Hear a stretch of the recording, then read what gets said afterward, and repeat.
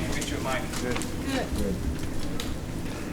Well, we're obviously proud of the team for the way they played in the game, and it was a great win for our team and our program.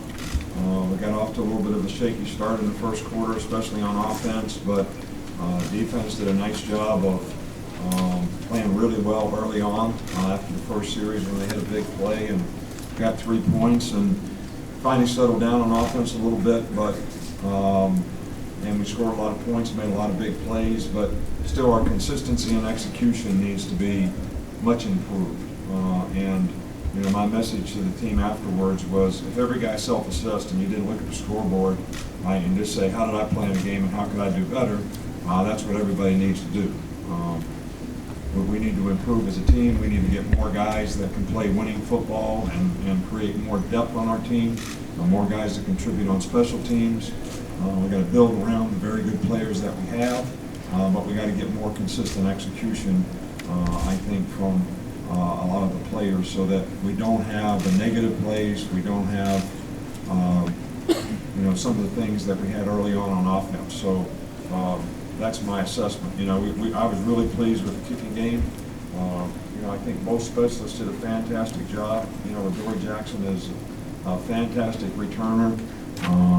Scared us on a couple of those kickoff returns, but I was really pleased with the job that our specialists did and our cover teams did, and you know, containing that guy, because he has made a lot of explosive plays. So we obviously played pretty well on defense against what I thought was a pretty good offensive team, a good offensive line. The defensive line probably doesn't get enough credit, but the fact that we could stop the run and play split safety coverages and keep people over the top of number 9, and you know, they're great skill guys, was really the difference in the game. And we busted the coverage on the first, you know, long pass that they completed, but we had a couple other opportunities where DB should have played the ball in the deep part of the field. So I could make a long list of things that we can do better, and at this point in the season, you know, that's what the focus should be. So, you know, you can win the first game and lose the next 11, and that's not our plan, so we need to improve. Okay, we'll start in the back there. Just wonder what you thought of Damien Harris tonight, and overall, how would you assess the running game? Inconsistent. You know, we had big play, explosive runs, and I think as the game went on, we did a better job. But early on in the game, you know, we didn't execute very well in the running game, and you know, we could have had a critical sack fumble, you know, early in the game on the blitz on one of the first third downs in the game. So we just got to get more consistent. We got to get more movement at the line of scrimmage. We got to get more movement out of our inside guys. We got to play with more power up front. You know, Shank was suspended for this game, even though we brought him on the trip. He'll be back and playing after this game. Second row, Rayner, on this side. Talk about the pressure you were able to get after the first possession for them, and how that kind of changed the momentum with the rest of the defense. Well, I think two things were really important. I mentioned the fact that they couldn't run the ball, and we were playing split safety coverages. We really weren't loading the box, you know, to do it, which is a real credit to our front linebackers. That really helped us in back end, because they make a lot of explosive plays, and we limited that to a large degree. But I think when you can affect the quarterback, we got a couple sacks early on and changed field position. That's always important in the game. And you know, I was really pleased with the job we did in that regard. We lost our pass rush lanes on one, and they scrambled for a first down, and that was a problem for us early on. They converted 3rd and 7, 3rd and 10. We weren't getting off the field on 3rd down. We did a better job after the first quarter. Right here on the right. Jalen settled in after the first couple of drives, so did you say anything to him, or why was he able to maybe settle into a rhythm at quarterback?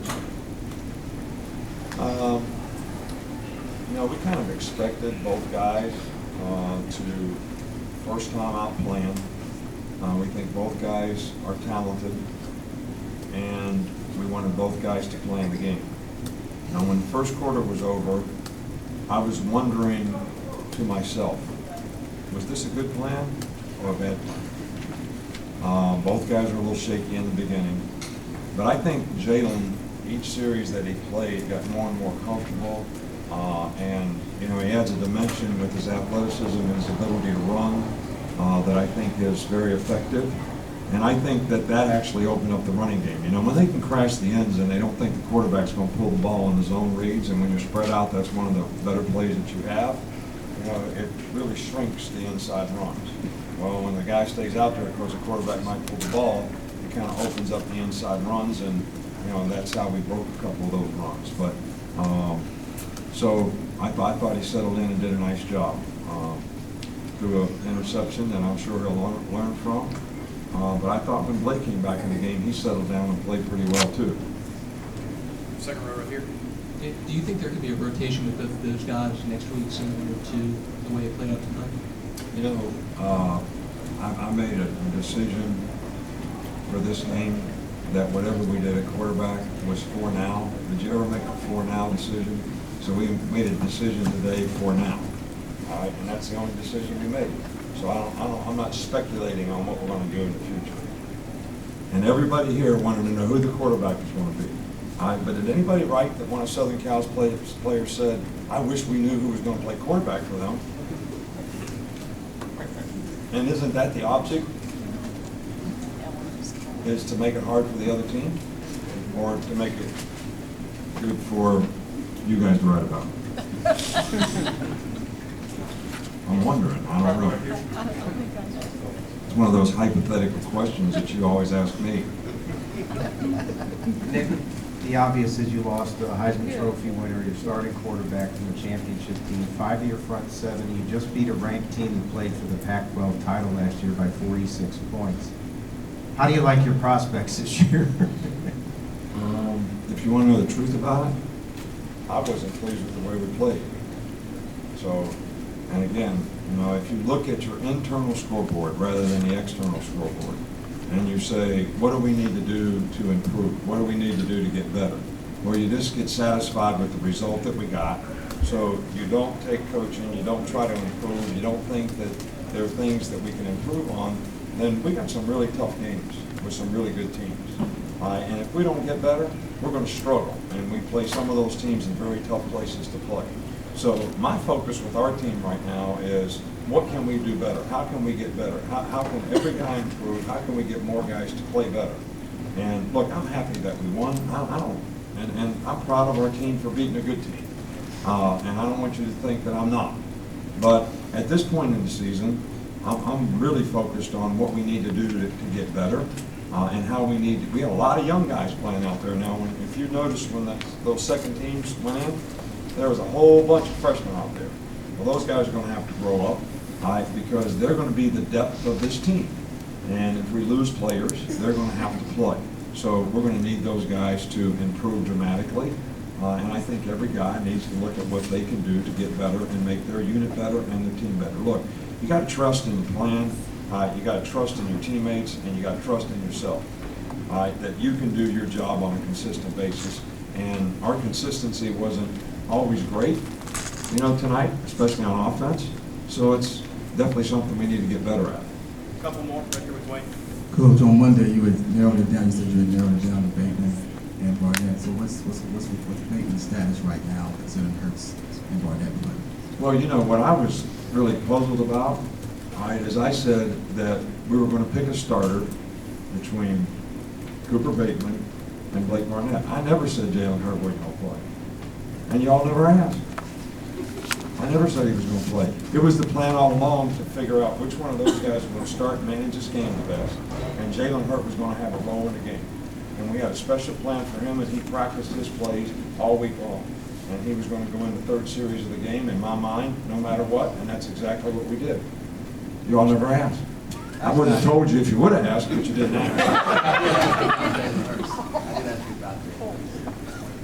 So, but look, we have confidence in Cooper Bateman. I wanted to see what the young guys would do, how they would play in a game. And that's the only way we can make an assessment about the future of what we do at this position. Cooper's had several opportunities to play in the past. He's had a good camp. It was a very, very difficult decision for me. And I don't know what the future holds and the direction that will go relative to when we look and assess the film and see how the guys did. Last one here with Darren. Hi, so you mentioned the defense before, and they only allowed field goals, but no one is perfect still. Where do you see this defense going from here on out?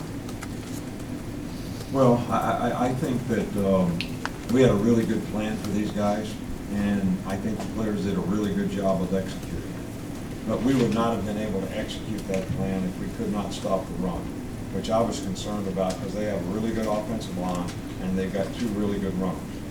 And we were able to do that, really to my surprise, to be honest with you. I thought we would have to play more 8-man fronts and get more guys in the box, which would have opened up, some of their outside throws and throwing the ball down the field. So I was pleased, but I think that we need to improve on defense, and I think we got to get more guys to be able to have roles on defense. Look, when you play against no-huddle teams and your defense plays a lot of plays, last year we had 7-8 guys. We had 15 to 17 guys that made a contribution in the front seven. They had some role that they did something on third down or whatever.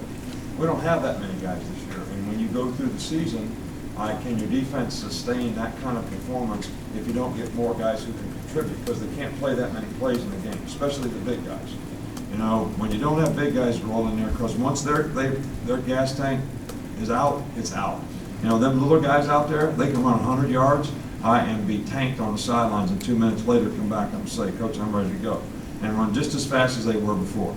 But when the big guys run out of gas, that tank is not getting refilled until tomorrow. All right, so you got to keep it fresh, and you got to have enough guys that you can do that with, and you can't let the season, wear your players out. Then it starts to affect their performance. So that's why I keep talking about more guys being able to contribute and play. Thanks, Coach. All right, thank you. Good job.